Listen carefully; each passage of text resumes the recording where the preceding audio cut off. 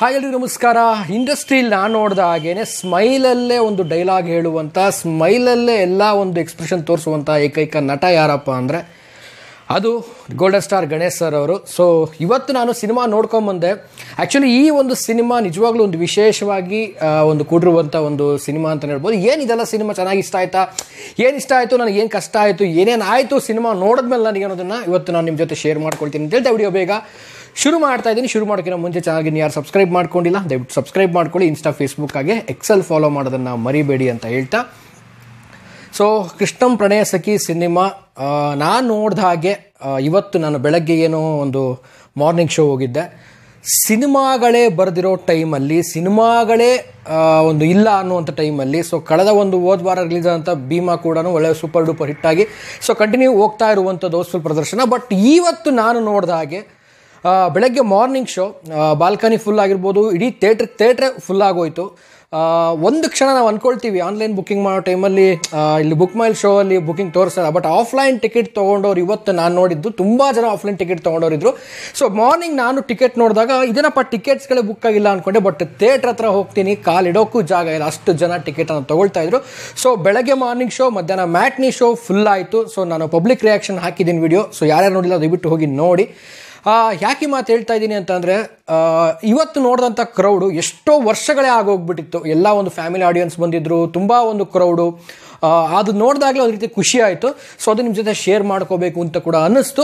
And ವಿಚಾರಕ್ಕೆ ಬಂದುಬಿಡ್ತೀನಿ, ಬೇಗ ತಡ ಮಾಡೋಕ್ಕೆ ಹೋಗಲ್ಲ. ಸಿನಿಮಾ ನಾನು ಕೂಡ ನೋಡಿದೆ. ಸಿನಿಮಾ ಹೇಗಿದೆಯಪ್ಪ ಅಂತಂದರೆ, ಒಬ್ಬ ರಿಚ್ ಮ್ಯಾನ್, ಗಣೇಶ್ ಸರ್ ಅವ್ರಿಗೆ ರಿಚ್ ಮ್ಯಾನು, ಇವರು ಒಂದು ಮದುವೆ ಬಗ್ಗೆ, ಒಂದು ಮದುವೆ ಆಗಬೇಕು ಅನ್ನುವಂಥದ್ದು ಒಂದು ಕಾನ್ಸೆಪ್ಟಲ್ಲಿ ಸಿನಿಮಾ ನಡೆಯುತ್ತೆ. ಮದುವೆ 2 ಬಾರಿ ಆಗುವಂಥದ್ದು, ಇದರಲ್ಲಿ ಯಾವ ರೀತಿ ಆಗ್ತಾರೆ 2 ಬಾರಿ ಮದುವೆ ಅನ್ನುವಂಥದ್ದೇ ಈ ಸಿನಿಮಾದ ಮೇನ್ ಟ್ವಿಸ್ಟು.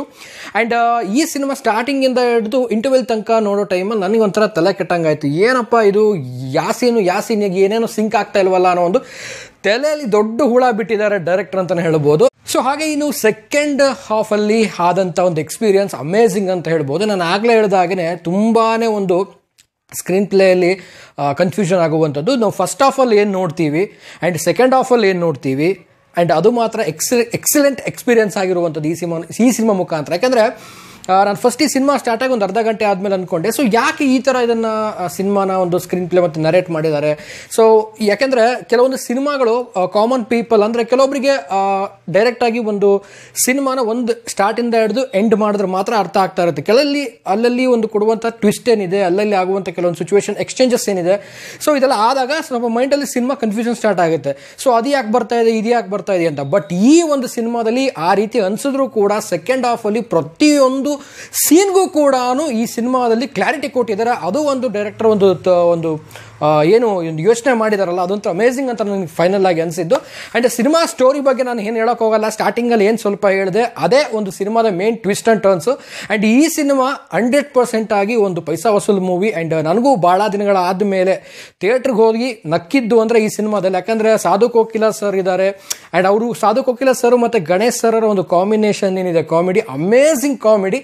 ಸೊ ತುಂಬಾ ಚೆನ್ನಾಗಿ ಬಂದಿರುವಂಥದ್ದು. ಆ್ಯಂಡ್ ಓವರಾಲ್ ಆಗಿ ಸಿನಿಮಾ ಕಲರ್ಫುಲ್.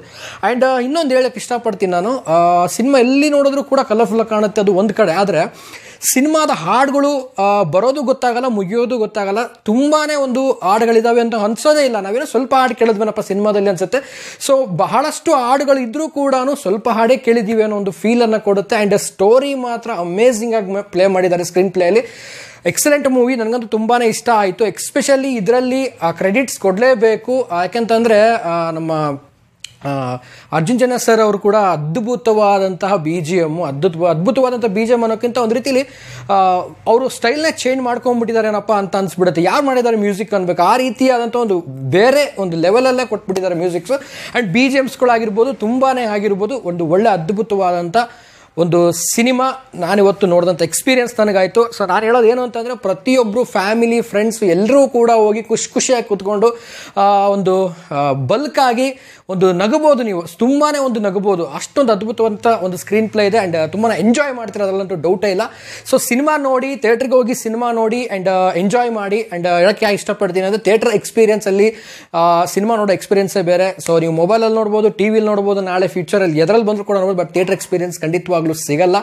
ಸೊ ಸಿನಿಮಾ ನೋಡಿ ಆ್ಯಂಡ್ ಸಿನಿಮಾ ನೋಡಿದವರಿದ್ರೆ ಸೊ ಹೇಗಿದೆ ಸಿನಿಮಾ ಅನ್ನೋದು ಕೂಡ ಕಾಮೆಂಟ್ ಸೆಕ್ಷನಲ್ಲಿ ಕಾಮೆಂಟ್ ಮಾಡಿ ತಿಳಿಸಿ ಅಂತ ಹೇಳ್ತಾ ಸೊ ವಿಡಿಯೋ ಮುಗಿಸ್ತಾ ಇದ್ದೀನಿ. ಆ್ಯಂಡ್ ಮುಗಿಸೋಕ್ಕಿಂತ ಮುಂಚೆ ಚಾನಲ್ಗೆ ಯಾರು ಸಬ್ಸ್ಕ್ರೈಬ್ ಮಾಡ್ಕೊಂಡಿಲ್ಲ ಸಬ್ಸ್ಕ್ರೈಬ್ ಮಾಡ್ಕೊಳ್ಳಿ. ಇನ್ಸ್ಟಾ ಫೇಸ್ಬುಕ್ ಹಾಗೆ ಎಕ್ಸೆಲ್ ಫಾಲೋ ಮಾಡೋದನ್ನ ಮರಿಬೇಡಿ ಅಂತ ಹೇಳ್ತಾ ಇವತ್ತಿನ ವಿಡಿಯೋ ನಾನು ಮುಗಿಸ್ತಾ ಇದ್ದೀನಿ. ನಮಸ್ಕಾರ.